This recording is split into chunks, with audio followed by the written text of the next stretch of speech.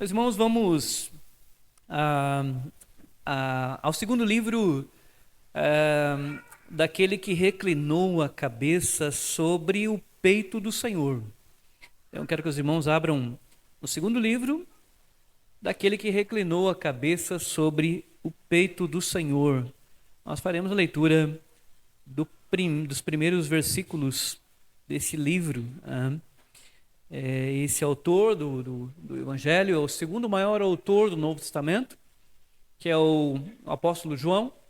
Ele é o segundo maior escritor em número de cartas, não em volume de escrita. Não é em volume de escrita, mas é o segundo escritor em livros, só perde para Paulo. Paulo escreveu 13 e ele escreveu 5 livros, que é o apóstolo João. O apóstolo João, na primeira carta de João, favorável na primeira carta de João, na primeira epístola de João. E nós leremos os 5 primeiros versículos, apesar de que provavelmente nós vamos ficar apenas no 1 e no 2. Eu vou tentar fazer uma série de sermões na primeira carta de João. Então, vou tentar fazer algumas pregações na primeira carta de João. Então, eu não prometo que vou chegar ao final. Eu tenho um problema com séries que chegam num certo ponto, parece que eu começo a patinar e eu começo a me sentir muito incomodado. Mas vocês já sabem que vai ser 1 João, e é muito importante essa abertura do Evangelho de João. É muito importante esse início do Evangelho de João para que nós compreendamos algumas coisas e possamos ler essa primeira carta do Evangelho de João de uma maneira especial e meditá-la de uma maneira especial. Então vamos à leitura da primeira carta de João, capítulo 1, versículo 1 ao versículo 4, apenas esses 4 versículos nesse momento. Eu leio um e os irmãos conjuntamente leem outro. O que era desde o princípio, o que temos ouvido, o que temos visto com os nossos próprios olhos, o que contemplamos e as nossas mãos apalparam com respeito ao verbo da vida.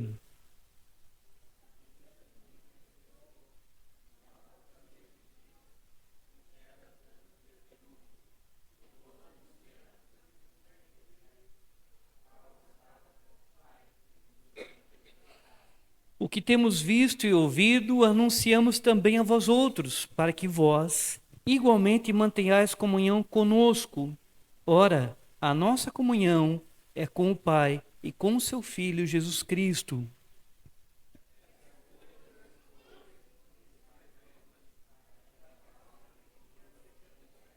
Muito bem, esse último aí deu um travamentinho aí, mas foi lido, né? Vamos fazer mais uma pequena oração.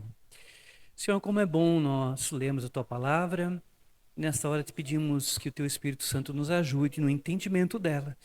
A igreja está reunida, aqueles que são Teus estão aqui, e nós precisamos da presença do Teu Espírito Santo, abençoando, Senhor, nosso entendimento, tanto a pregação como o entendimento. Que assim o Senhor faça ao Pai, por meio do Teu Espírito que trabalha no Teu povo. Em nome do Teu Filho Jesus. Amém. Meus irmãos, como eu já falei, nós temos o livro dos recordes, né, o Guinness of the Book. Não sei se eu falei correto aqui o inglês, mas é o livro dos recordes, o Guinness. E no Guinness você tem tantos recordes doidos lá. Tem uns recordes malucos no Guinness. Por exemplo, você tem o recorde de quem quebrou mais coco com a cabeça. Quem quebrou mais coco com a cabeça? Quem consegue quebrar mais coco dando cabeçada em coco? Quem conseguiu fazer mais embaixadinhas? Quanto tempo ficou fazendo embaixadinha? Você tem também o recorde que eu sempre gosto desse, da mulher que mais filhos teve em toda a história. Ela teve 69 filhos, 27 partos. 27 partos. Nunca teve um parto com um filho só. Nunca foi um só. Sempre gêmeos, trigêmeos ou até quadrigêmeos. 27 partos, total 69 filhos. Mas você também tem no Guinness, que o Guinness é atualizado a cada ano, você sempre vai perceber que tem a pessoa que mais tempo viveu. A pessoa do mundo que mais tempo tem agora.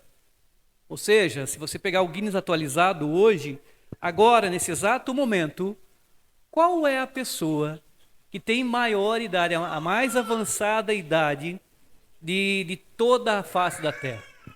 Será que é alguém que tem 115 anos? Será que é alguém que tem 114? Será que alguém tem 130, 127? Qual é a idade da pessoa que mais tempo tem na face da Terra? E talvez alguém chute aí 120 e pouco. Se eu não me engano agora, atualmente, a pessoa que mais idade tem são 117 anos de idade. 117. Mas imaginar que tenha lá no Guinness. Mas agora eu pergunto aos irmãos, vocês lembram qual foi a pessoa mais idosa que você conversou na sua vida? Você sabe qual foi a pessoa mais idosa que você já conversou com ela? E se eu lhe fizer algumas perguntas importantes, conseguiu aí lembrar qual foi a pessoa mais idosa? Consegui. Então quero lhe fazer algumas outras perguntas. Qual é o assunto que uma pessoa idosa tem para conversar conosco? O que está na sua cabeça? Por exemplo, dessa pessoa que tem 117 anos. Você vai conversar com ela, o que ela te fala? O que ela diz? Quais são os seus pensamentos? Será que os seus pensamentos são assim? Olha, eu daqui a 15 anos quero fazer isso e aquele outro. Ainda tenho planos de fazer essa faculdade, aquela outra faculdade. Tenho planos de construir isso, construir aquilo. Será que funciona assim o pensamento de alguém que tem uma idade tão avançada? Ou será que essa pessoa olha para trás? Em vez de olhar para frente, ela olha para trás. E ela começa então a falar sobre algumas coisas. A minha avó morreu com 89 anos. 89 anos. Mas a minha avó, principalmente, eu vi ela em alguns momentos da sua velhice. Nós chegávamos para conversar com ela e ela bem fraca já. Ela olhava da cama e não sabia mais quem nós éramos, os próprios parentes. Minha avó sempre teve uma boa memória para reconhecer e chamar cada um pelo seu nome. Mas no final da vida ela foi perdendo a memória. Como qualquer um de nós que vai avançando a idade, nós vamos começando a perder a memória. E nós então não conseguimos mais nem chamar. Disse, olha, quem é você? Eu fui visitá-la, ficou me olhando. Eu disse, vó, é o Edinho. Tive que dizer para ela, é o Edinho. Ah, Edinho. Ela me chama de Edinho, é o Edinho. Mas qual é o assunto que ela tinha para conversar comigo? Qual é o assunto que uma pessoa idosa que você conversa, ela tem para conversar? Geralmente, meus irmãos, os assuntos de uma pessoa idosa é voltar para trás. Geralmente ela vai falar assim, olha, quando eu tinha 18 anos, eu morava em tal lugar, ou eu fazia isso, ou fazia aquilo. Olha, quando eu casei, casei com 16 anos, 17 anos, aí o fulano nasceu e ela começa a te contar, mas ela sempre olha para trás. E geralmente os assuntos que ela fala são assuntos relacionados à sua própria vida. E não tem problema disso. Por que eu estou mencionando isso na entrada da primeira carta de João? Porque João estava bem velhinho quando escreveu essa primeira carta. A idade dele é muito avançada. É uma das últimas cartas do Novo Testamento a ser escrito. Aqui a variante é que João tinha entre 87 até aproximadamente 100 anos. 100 anos de idade. E eu gostaria que os irmãos parassem para pensar o que domina a cabeça desse senhor, desse senhorzinho aqui que está, quem sabe com 92 anos. O que domina a sua cabeça? O que domina o seu coração? Qual é o seu conselho para a igreja com tanta idade avançada? O que ele vai falar nessa primeira carta? O que vai sair dele? Será que ele vai dizer assim, olha, quando eu era jovem lá, com meus 17 anos, puxa, eu já pescava com meu pai Zebedeu, eu já ia para a pesca com meu pai Zebedeu, e uma vez peguei um peixe tão grande, contando os peixes que ele pegava na pescaria. Será que é isso? E notem que aqui você vai encontrar a primeira carta de João e vai perceber que, se você ler a carta inteira, o que domina o pensamento de João, com uma idade mesmo avançada, quem sabe 90, 91, 92, é Cristo em seu coração. E fico impressionado porque João foi chamado para começar a caminhar com o Senhor com cerca de 24 a 30 anos. 24 a 30 anos. Vamos imaginar que ele tenha sido chamado com 30 anos. Se passaram 60 anos desde que ele foi chamado para caminhar com o Senhor. Mas mesmo assim você olha para o coração dele, e o coração dele o que pulsa é a pessoa de Cristo. E o que importa na sua memória e no seu coração é a pessoa de Cristo. E o que vislumbra a sua mente é a pessoa de Cristo. Eu fiquei até imaginando se João aqui, quando escreveu a primeira carta, ele já não, quem sabe, até não teria perdido a visão. Mesmo que ele tivesse perdido a visão e não enxergasse mais nada. Mas o que domina a sua cabeça é a pessoa de Cristo. E quando ele escreve essa carta é maravilhosa. Nós precisamos lê-la com muita atenção. Fazer a leitura com muita atenção em cada um dos pedacinhos da carta, para que nós possamos ser edificados e aprendermos com ele. Porque o assunto que ele tem para conversar conosco, avançando por 100 anos, são assuntos maravilhosos, extraordinários para o seu povo, para a sua igreja, para a igreja de Cristo. Então vamos ao primeiro versículo, quando ele fala, aqui no primeiro versículo, ele diz que era desde o princípio.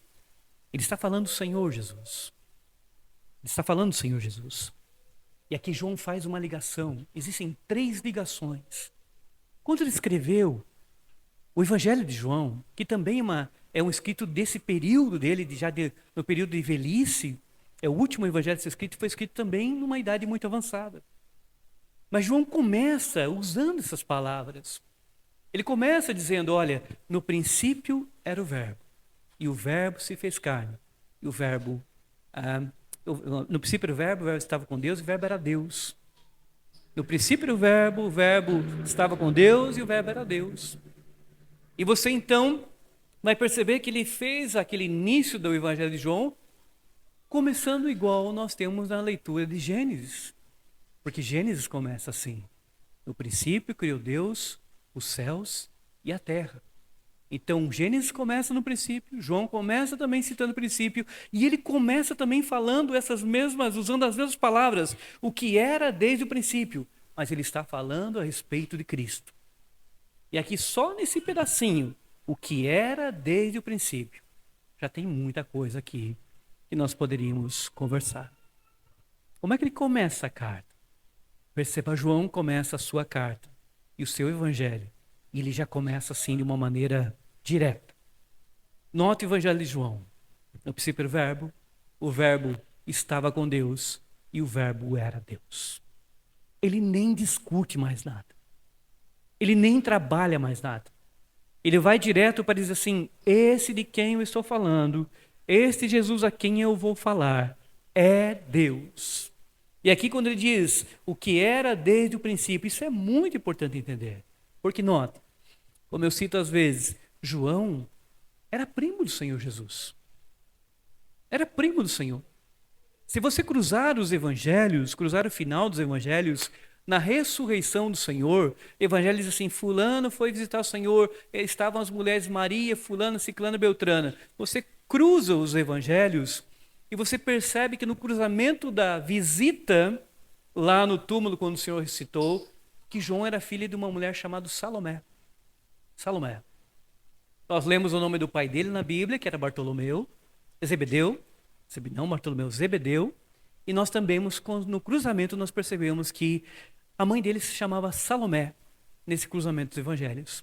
Mas o curioso é que quando se vai para outro evangelho, o nome de Salomé some, e aí o evangelista diz assim, estava também a irmã de Maria, mãe de Jesus. E o nome que foi subtraído é Salomé. Então um evangelho diz o nome dela, e o outro evangelho diz que ela era irmã de Maria, mãe do Senhor. O que nós descobrimos?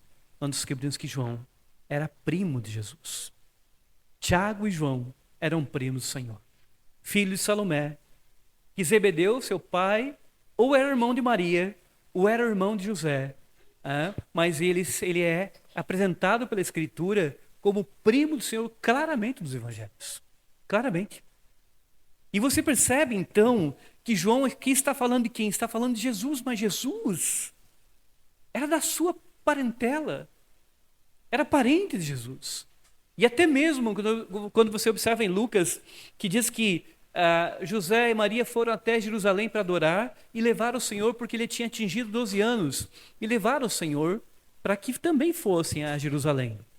E na volta, o pai e a mãe do Senhor Jesus, claro que o pai não biológico, José e Maria começam a perceber que Jesus não está entre eles. E o texto diz que eles começam a procurar entre os parentes.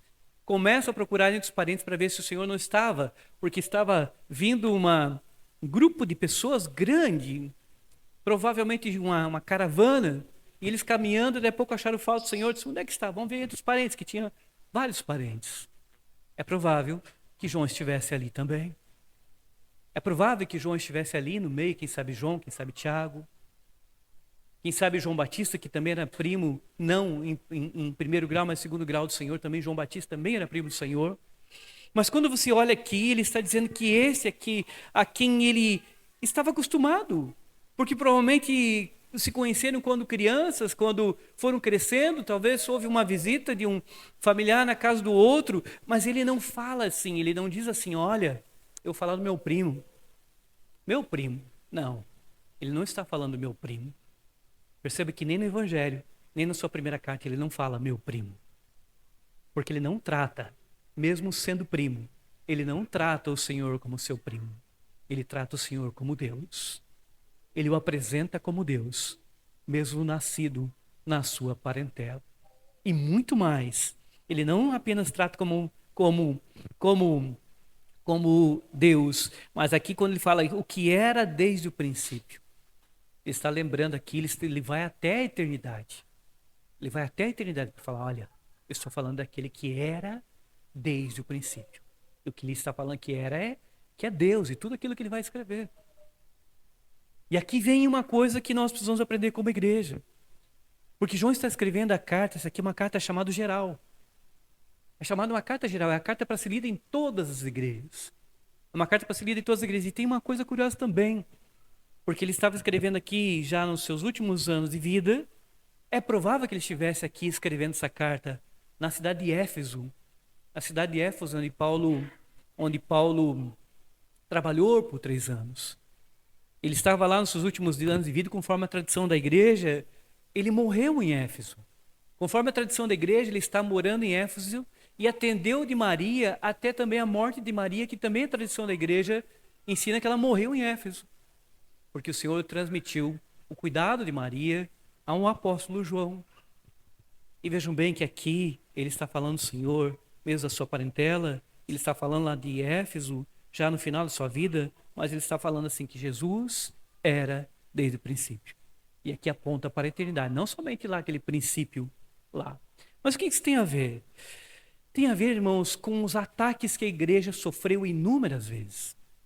Tem a ver com o propósito da carta que João estava querendo fortalecer a fé daqueles irmãos daquele período, da igreja daquele período. Porque a igreja sofreu muitos ataques. Então note, se você hoje for perguntar para alguém assim, quem é Jesus? Quem é Jesus? Quem é Jesus? Lá em Praia Grande, se eu não me engano, o Irã está ali, depois eu posso confirmar com ele, mas um dia nós estávamos conversando lá e eles falaram o nome de alguém em Praia Grande que acha que Jesus era tipo um hippie. É tipo um hippie. Que era assim, meio doidão, meio assim fora da cabeça, tipo um hippie ali. E apareceu lá meio um estilo hippie, e é isso, se resume a ser um hippie. Tem outros, como eu menciono, na música do Raul Seixas, que o Raul Seixas acreditava que Jesus era um maluco, que quis tirar a onda de herói e no final acabou sendo morto.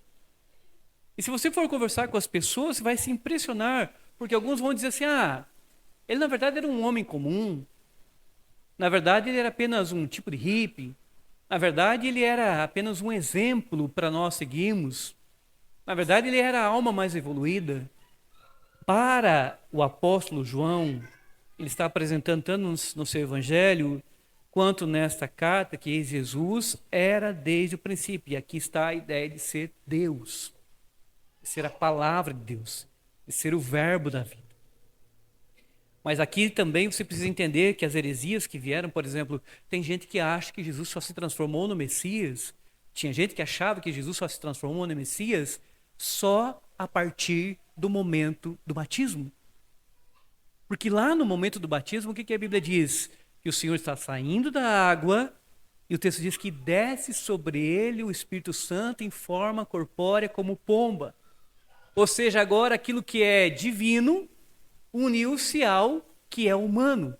Ou seja, até ali ele é apenas humano. E a partir da união com o divino é que ele se torna agora o Messias.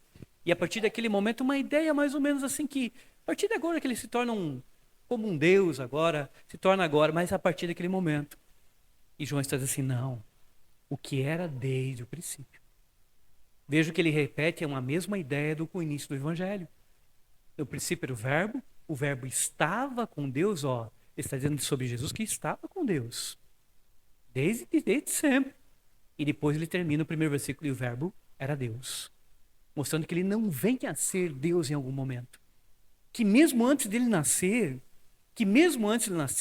já é Deus. Já é o verbo da vida. Já é palavra. E que ele não vai ser em algum momento. Isso é muito importante para nós entendermos isso. Tem gente que acredita que ele só foi a partir do momento. Então, notem, quem é que Maria segura nos seus braços quando os magos vêm do Oriente para visitá-lo? Os magos dizem assim, nós vimos a sua estrela no Oriente e viemos para adorá-lo. Os magos já têm compreensão de que ele não precisa realizar um milagre para ser Deus. Que ele não precisa crescer e fazer um milagre, que ele não precisa chegar ao batismo e o Espírito Santo descer sobre ele. Ele diz, nós viemos para adorá-los. Ele já tem entendimento que desde pequeno ele já é Deus para ser adorado. E o texto tanto é que ele diz que eles entregam os seus presentes, se prostram, e o que o texto diz? E adoram. E adoram, mas o menino está nos braços de Maria. Exatamente o que João está reforçando aqui. O que era desde o princípio. Nós não adoramos o Senhor só a partir do seu primeiro milagre. Ele não é Deus só a partir do momento que ele transforma a água em vinho. Ele não é Deus só a partir do momento que ele começa a realizar os grandes milagres que nós vemos. Ele não é Deus como há uma ideia católica de que ele fez, só que isso não está registrado na Bíblia, é só uma lenda católica, de que ele fez um passarinho de barro. Lá quando era criança, começou a brincar com o barro, daqui a pouco ele fez um passarinho de barro e achou tão bonito aquele passarinho, que ele acabou usando o poder e transformou o passarinho que era barro, transformou o passarinho em um passarinho de verdade, e o passarinho saiu voando. Não, nós cremos no Senhor e cremos que ele era desde o princípio, desde a eternidade, Deus. Ah, pastor, mas o senhor esse assunto não tem nada a ver. Não tem nada a ver. Você sabia que a primeira reunião de bispos, a primeira reunião dos grandes líderes da igreja, cerca de 300 bispos de todas as regiões do cristianismo, que foi convocada por Constantino em 325 depois de Cristo, no Concílio de Nicéia. Você sabia que foi exatamente esse o assunto, quem ele é? Porque havia um camarada que começou a divulgar na igreja justamente que ele não era Deus assim como o Pai. E foi preciso pegar textos, 300 bispos, precisaram estudar textos e mais textos, e textos e mais textos, e passar dias e dias e dias debatendo e reafirmando para a igreja o que nós cremos como igreja, quem ele é, que ele não é um demiurgo, que ele não é um Deus menor, mas que ele é Deus, e Deus sempre Deus.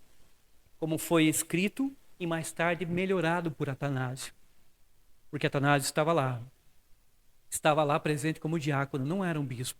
Era um jovem que acompanhava um bispo de Alexandria.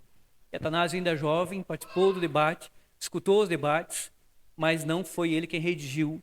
E depois ele vem fazer a chamada confissão atanasiana, quando ele fala, gerado eternamente de Deus, não criado, gerado eternamente de Deus, Deus e Deus, da mesma essência. E reafirmando quem é Cristo. E principalmente os bispos que estavam no Concílio de Nicéia foram procurar principalmente usaram os escritos de João, porque João faz essa defesa profunda de quem é Jesus. Então, quando nós falamos, Jesus morreu na cruz, quem é que morreu na cruz? Foi o próprio Deus, na pessoa do Filho. O Deus Filho morreu na cruz. Quando ele é pequenininho, ele já é Deus. E antes, já era Deus. E sempre foi Deus. João aqui não está mostrando que ele em algum momento passa a ser Deus, mas sempre foi Deus. Antes mesmo de encarnar, ou na sua encarnação, ou depois, ele sempre foi. Então você vai observando isso, essa abertura de João, porque o assunto que domina a carta é a pessoa de Cristo. Eles não têm outro assunto. Como eu disse, eu acho que o nome do livro é do Paul Sanders. Tem um livretinho do Paul Sanders. E o Paul Sanders fala sobre Paulo. E o Paul Sanders escreve no livro que Paulo sabia tocar piano, mas só sabia tocar uma nota no piano. E quando Paulo apertava a tecla do piano, a nota que saía era sempre Cristo, Cristo, Cristo, Cristo, Cristo. Não é só Paulo que só sabe tocar uma música numa tecla só. Os apóstolos também fazem isso. Não tem outra pessoa que eles queiram falar a não ser a pessoa de Cristo e exaltá-lo e mostrar que todos os demais amaram a Cristo.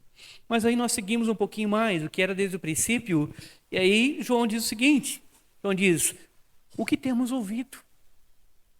O que temos ouvido? E aqui preste atenção, o que temos ouvido.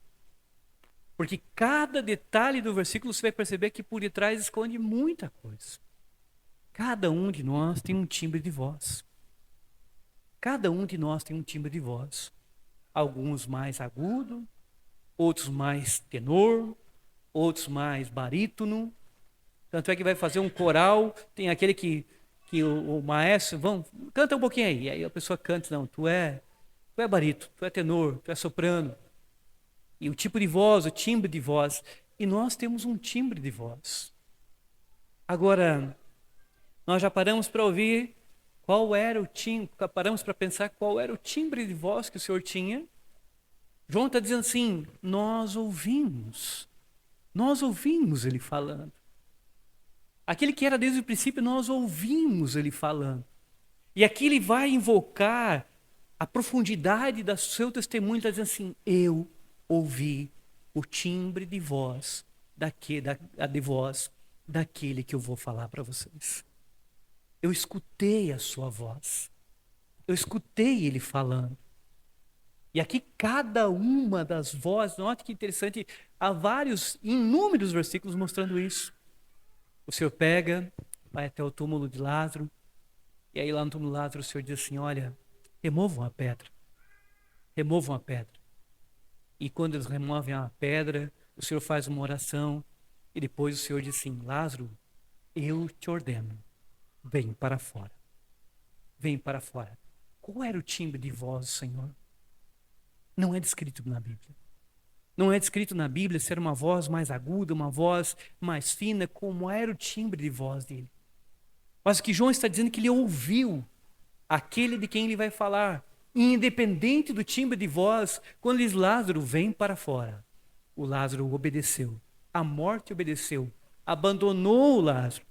Lázaro foi ressurreto e o Lázaro saiu para fora do túmulo pela voz desse de quem ele está falando, que era desde o princípio. Desde o princípio. Ou quando ele mesmo, perceba, quando ele mesmo, o Senhor pega e chega na casa de Jairo. Está chegando na casa de Jairo. E saem ali alguns tocadores de flauta, algumas pessoas que não incomoda mais o mestre. Não incomoda mais o mestre. A tua filha já morreu, Jairo. E o Senhor, eu imagino sempre o Senhor colocando a mão no ombro de Jairo assim, apenas creia, Jairo. Apenas creia. E seguiu para a casa de Jairo. E quando chega na casa de Jairo, ela está no quarto, está morta no quarto. A menininha com 12 anos. E o Senhor diz com a sua voz, Pedro, Tiago, João, entre comigo. Vamos comigo.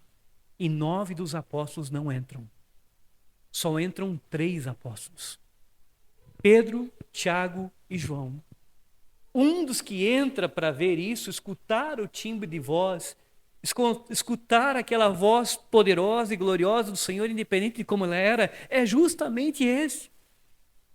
É justamente esse que estava lá, observando a menina morta na cama, e o Senhor fala em aramaico. Poucas vezes o Senhor falou em aramaico. Mas o Senhor diz, menina, eu te mando.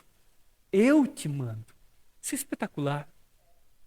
Independente da voz do Senhor, o Senhor diz assim, eu te mando. Levanta-te. Levanta-te. E João disse, nós ouvimos. Nós ouvimos essa voz.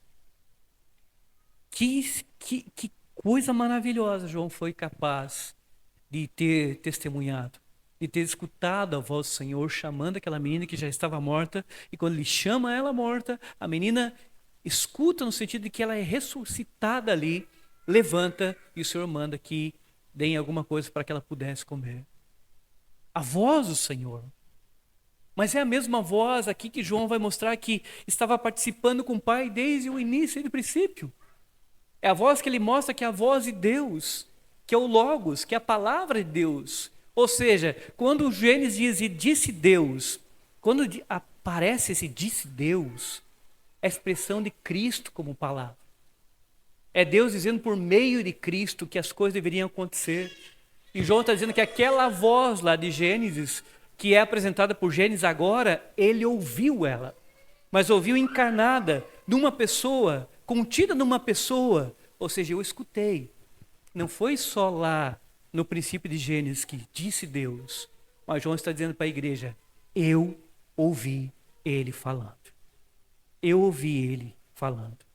E ele viu justamente quantas vezes o Senhor manifestou falando, não somente realizando milagres, mas também ensinando. Meus irmãos, eu sei que às vezes é chato e às vezes é repetitivo ouvir alguém que prega todo domingo. Tanto é que eu sei que quando traz um pregador novo, a igreja gosta de ter um pregador novo, que não é tão interessante você ter sempre o mesmo pregador. Mas ninguém na face da terra. Talvez hoje nós tivéssemos aqui como convidado o Nicodemos, talvez tivéssemos aqui como convidado o Hernandes, ou qualquer pregador que você consiga imaginar. Eu gostaria de escutar fulano, eu gosto muito do fulano, eu gosto muito do ciclano.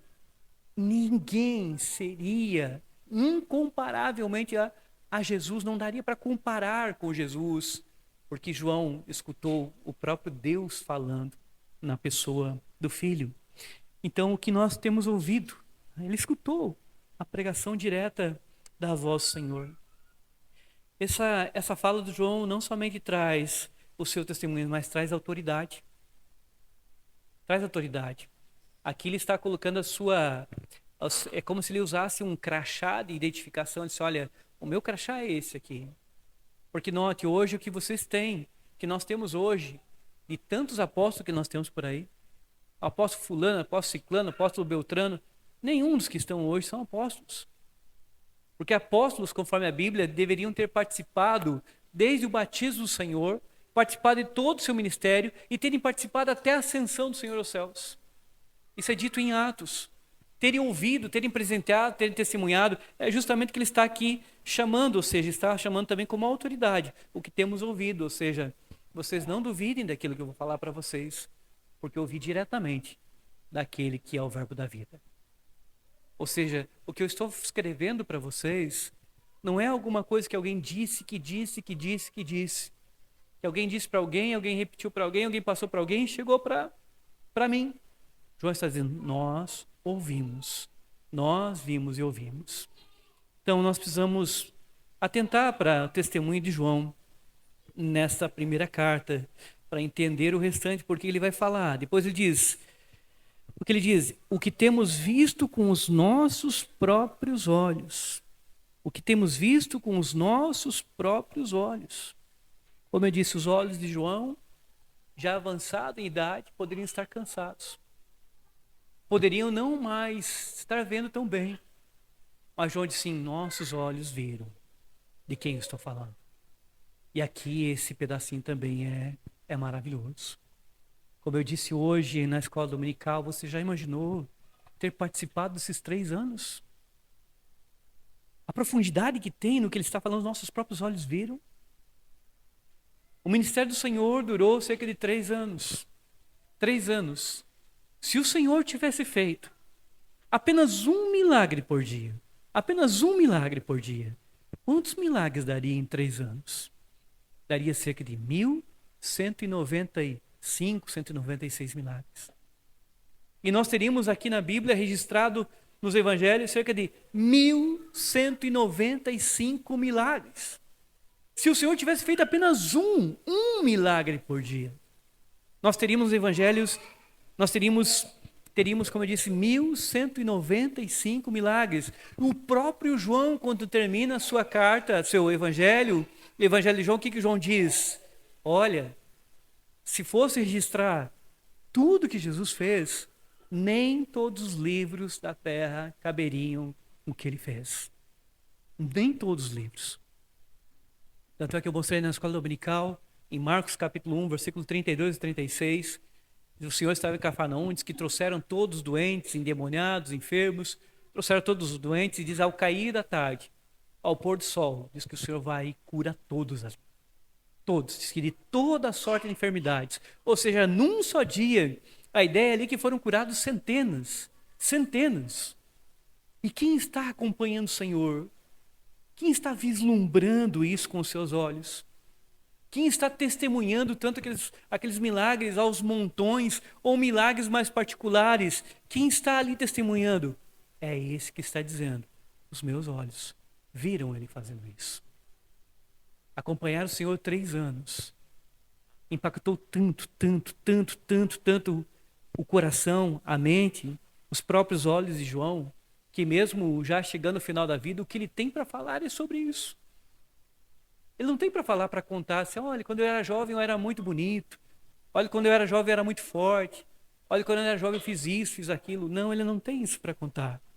Você vai perceber que o assunto que domina aos seus olhos, seu coração, é a pessoa de Cristo, visto com os nossos próprios olhos. Note um vislumbre de João, até Pedro escreve isso numa das suas cartas. Num certo dia, o Senhor disse assim, Pedro, Tiago e João, venham comigo. E subiram o monte.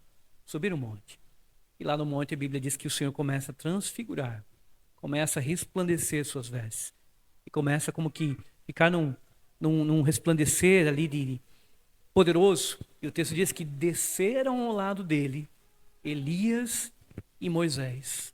E o texto de Lucas diz que eles começam a conversar. Lucas registra isso, que o Senhor começa a conversar com Moisés, começa a conversar com Elias, e Lucas diz o assunto que eles começam a conversar. Lucas diz que eles começaram a conversar sobre o êxodo do Senhor, sobre a partida do Senhor. O assunto era a ida para o Senhor, para Jerusalém, para ser crucificado. Eu fico imaginando Moisés dizer, Senhor, está chegando a hora, preciso ir para Jerusalém, preciso ir para morrer. E o Elias dizendo assim, todos os profetas se cumprirão agora, Senhor. Todos os profetas que profetizaram a respeito de ti estão se cumprindo agora, cada um de nós. E o Pedro meio fora, e o João meio fora ali também, os três estão, Pedro, Tiago e João. João está lá vislumbrando isso. O Pedro fala isso, ele também usa isso. Nós vislumbramos. E o João está lá junto, tanto é que o Pedro disse, Senhor, quer que nós façamos 3 tendas aqui? Eles queriam ficar ali. Vamos ficar morando aqui? Vamos ficar por aqui? É legal a ideia, olha o vislumbre, olha a glória. Quer que façamos 3 tendas? Uma para o Senhor, outra para Elias e outra para Moisés. Perceba que eles nem falam em fazer tenda para eles, mas eles falam em fazer tendas para o Senhor, para Elias e para Moisés. E esses olhos que ele fala, nós vimos os nossos próprios olhos. Vimos. Que autoridade é essa? E falar assim, olha, o que eu estou escrevendo não é alguma coisa que alguém me contou. De quem eu vou falar não é alguma coisa que alguém me disse, que meu avô me disse, que o bisavô me disse. Eu vi com os meus próprios olhos. Ou esse Senhor está completamente louco, ou ele está completamente dominado pela verdade que dominou a igreja durante séculos. Dá o vislumbre da pessoa de Cristo. Qual de nós, até citei hoje o filme De Volta para o Futuro, ali, De Volta para o Futuro, e você vê o Martin, né? O Martin que é o personagem principal, e o doutor, e eles voltam para o passado. Eu tenho certeza que qualquer cristão que se prezasse, fosse possível, alguém dizer assim, olha, nós temos aqui o DeLorean, que é o nome do carro, DeLorean, do De Volta para o Futuro. Nós temos o DeLorean, e ele realmente vai para o passado. Você quer ir para algum momento da história no passado? Qualquer cristão que ame o seu Senhor, se fosse possível, eu tenho certeza que diria, olha, eu quero voltar.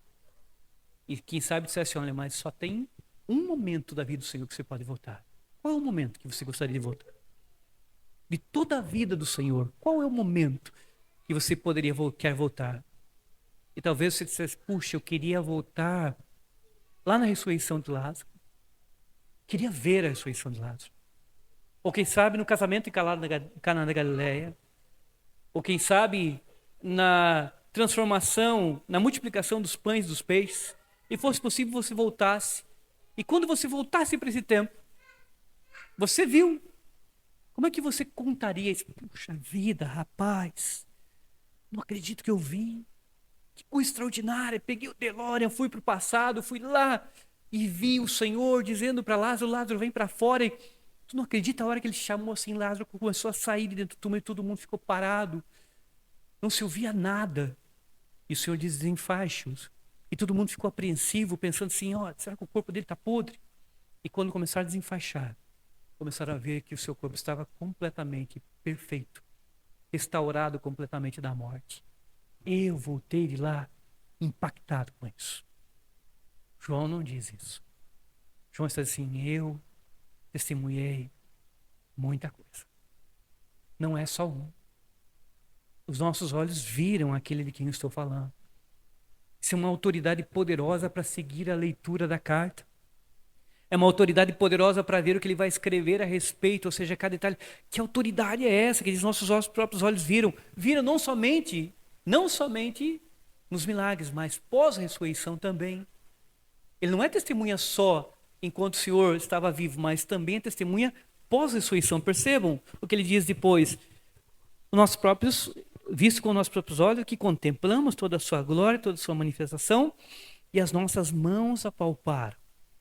E nossas mãos apalparam. O Matthew Henry diz que é provável aqui que João estivesse fazendo uma citação daquele momento de Tomé. Daquele momento de Tomé que é registrado no Evangelho de Lucas.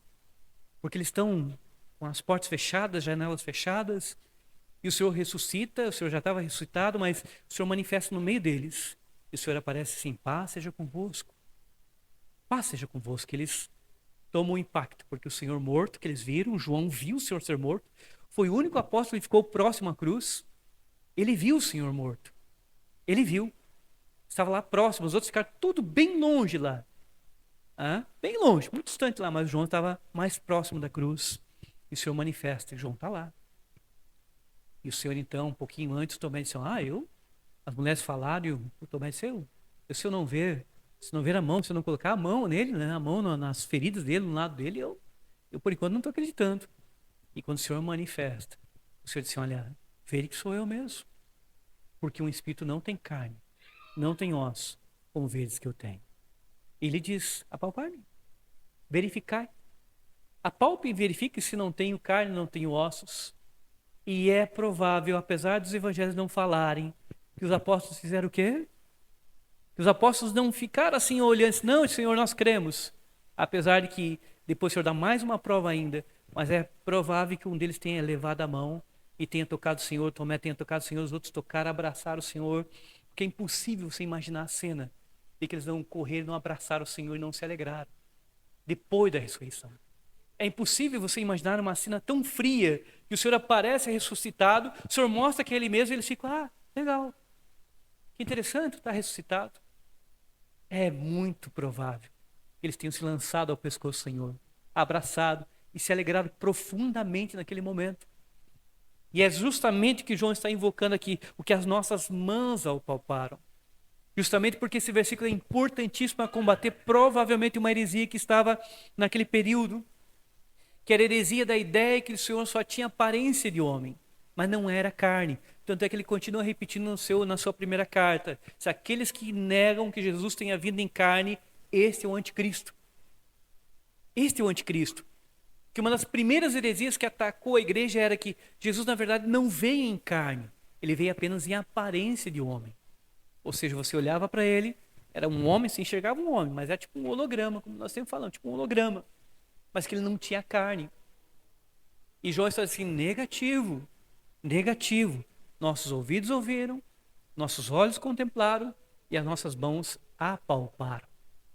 Ou seja, nós tocamos nele. Vocês querem me dizer que ele é apenas uma aparência, se eu tive a oportunidade de tocar nele, apalpá-lo, tocar no seu corpo? Vocês querem me dizer que ele é apenas uma aparência? O que estava entrando na igreja era isso. Vocês querem me dizer uma aparência? Se quando o Senhor disse, olha, um de vós vai me trair. E Pedro, lá do outro lado da mesa, fez sinal para mim que eu perguntasse para o Senhor quem é. E eu fui, ele estava do lado esquerdo do Senhor, e eu fui e reclinei a minha cabeça sobre o peito do Senhor. E perguntei para ele, quem é, Senhor? E o Senhor responde, é aquele que colocar a mão comigo no prato. E nessa hora, quem leva a mão? Quem está do outro lado do seu braço, do braço direito? Quem está do lado do braço direito com o Senhor é Judas. Como dizia meu professor, do lugar mais honrado da festa, é Judas quem está. Do outro lado, que é o segundo mais honrado, é o João que está. E no lado menos honrado, do outro lado da mesa, quem está é o Pedro. Por isso que o Pedro se incomoda tanto. Porque quando o Senhor disse, um de vós vai me trair, o lugar de menos honra, quem está ali assentado é o apóstolo Pedro. Mas o de mais honra é quem o trai. É quem está no lugar de mais honra. E João está dizendo, as nossas mãos apalparam com respeito ao verbo da vida. Algumas palavras, algumas Bíblias trazem com respeito à palavra da vida. A palavra da vida que é a ideia de que a fala de alguém, não só no mero discurso. Nós temos uma fala que ela sai, ela acaba se dissipando no vento. Ele não está dizendo que ele é apenas uma palavra que se dissipa no vento. Ele está dizendo que nossas mãos apalparam com respeito ao verbo da vida. Ele está dizendo com respeito àquele que estava lá no Gênesis. E que participou. E que na hora que Deus diz, haja isso, e haja aquilo, e haja a criação, ele estava lá. É ele, o verbo da vida, a palavra da vida. Que as coisas foram manifestadas por meio dele. E ele então menciona essa é a entrada do Evangelho. Uma entrada com fatias, é como se fosse um bolo. Se você fatiar esse primeiro versículo, você vai perceber que ele tem tanta, mas tanta coisa, que dá para você ficar falando aqui muito desse versículo. Muito mesmo a respeito desse pequeno versículo. E João então está iniciando sua carta de uma maneira aqui que eu chamo de uma maneira magnífica, de uma maneira tão bela, ali para mostrar para a igreja de quem ele vai falar. Nós muitas vezes falamos de pessoas que nós nem vimos. Nós muitas vezes falamos assim, meu bisavô fez isso. Meu pai contava que meu bisavô fez isso. E nós contamos às vezes feitos de pessoas que nós nunca vimos. Mas nós acreditamos que ele fez aquilo porque o nosso pai nos contou. Nós acreditamos que ele realizou aquilo porque alguém disse para nós. Nós estudamos história e acreditamos que quem fez isso foi o fulano e tal. Quem é que descobriu o Brasil? Pedro Alves Cabral. Mas nós estamos separados há mais de 500 anos do fato histórico. Será que de fato foi ele? Mas nós acabamos acreditando. Aqui nós não temos uma testemunha que tenha contado depois de 500 anos que alguém disse, que alguém disse, que alguém disse. Tem uma testemunha direta, ocular, presencial, que estava caminhando. Por isso é possível confiar. Eu quero encerrar na entrada do 2, quando ele fala assim, e a vida se manifestou. E a vida se manifestou e a nós temos visto. E dela damos testemunho. Só quero terminar aqui. Esse versículo 2, e a vida se manifestou, é a mesma coisa que ele fez no Evangelho de João. A vida se manifestou, ou seja, ele está dizendo, olha, esse que era desde o princípio, que nós vimos, e isso e aquilo, ele está dizendo aqui nesse começo do versículo 2, e ele se fez carne. É a mesma ideia de João 1,14. E ele se fez carne. Ou seja, ele que ele está dizendo que apalpou, tocou, que é o verbo da vida, e ele se manifestou, ele entrou na criação. Ele esteve conosco. Como eu disse para a Denise, vou encerrar esses exemplos, eu disse para minha esposa, falei para ela, o que você entende por esse versículo aqui? São as perguntas para ela, para ver o que ela ia dizer desses versículos. Ela falou algumas coisas lá, eu fiquei dando uma risadinha, ela perguntou se estava certo, só ri dela, mas não disse se estava certo ou estava errado. Mas eu disse sim, você já parou para pensar? Lá no mar da Galileia, que eles acordam o Senhor e dizem, olha Senhor, tu não se importa que nós vamos morrer aí, o barco está afundando, não se importa. E o Senhor levanta do sono, deve ter levantado ainda, dando uma esticadinha nas costas, o Senhor estava dormindo no barco ali seco. E o Senhor disse, olha, vocês são homens de pequena fé. Vocês são homens de pequena fé. E agora eu vou fazer uma coisa. E o Senhor disse assim, olha, vento, para. Mar, aquieta-te. Essa é a palavra da vida. Sustentadora. Esse é o verbo da vida. Porque ele está ordenando a criação que ele participou, que ele é a palavra que trouxe a existência à criação. Que o Pai usa. E naquele momento ele usa o seu timbre de voz. O seu timbre de voz. Mas João, que está no barco, ele tinha lido Gênesis. Quando Deus criou, e agora o João tem a oportunidade de ver ele manifesto no barco, deitado, ser acordado como homem, que é uma manifestação humana, ser acordado como homem, mas quando ele levanta para manifestar como Deus, o lado humano e divino ao mesmo tempo. E quando ele abre a boca, quem é que ordena o vento? Tem muitos fazedores de milagres por aí, mas quem domina a natureza? Quem domina o mar e os ventos? Quem é que pode? Quem está na terra hoje pode alegar qualquer milagre. Eu fiz tal milagre. Mas tu conseguiu dominar a natureza? Tu por acaso conseguiu ordenar aos ventos que sopram, aos mares que se levantam? Conseguiu dominar? Nenhum homem consegue dominar. Nenhum homem consegue dominar.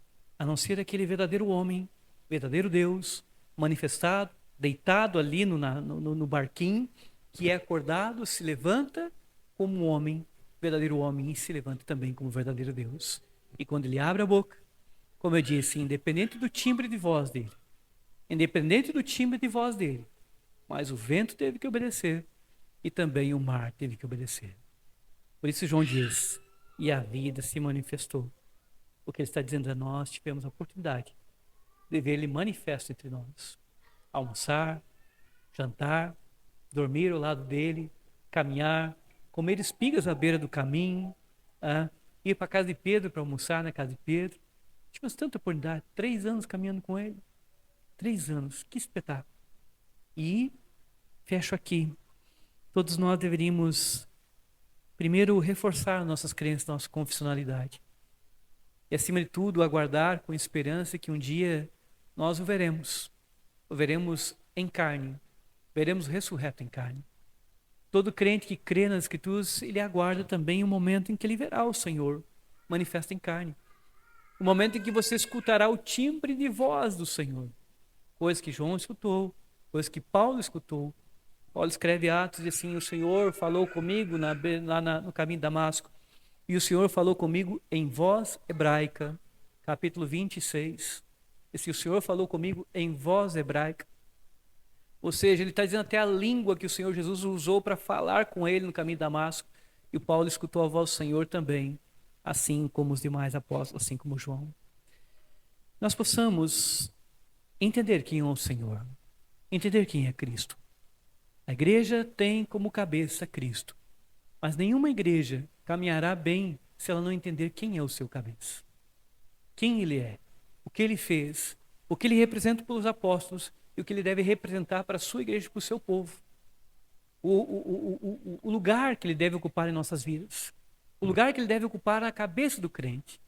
Nós não devemos chegar aos 90 anos, 95, 100 anos, e ficar olhando só simplesmente para a nossa juventude. Não é que isso esteja errado, mas a mente do crente, mesmo que envelhecendo tão aos teus 100 e pouco, ela deve ser dominada pelo seu Senhor, pelo seu Salvador, e ter a lembrança de quem ele é em sua vida. Que Deus abençoe-nos nessa noite. Que Deus nos abençoe ricamente, profundamente. E que nós possamos amar mais a Cristo e adorá-lo na sua santidade, na sua glória.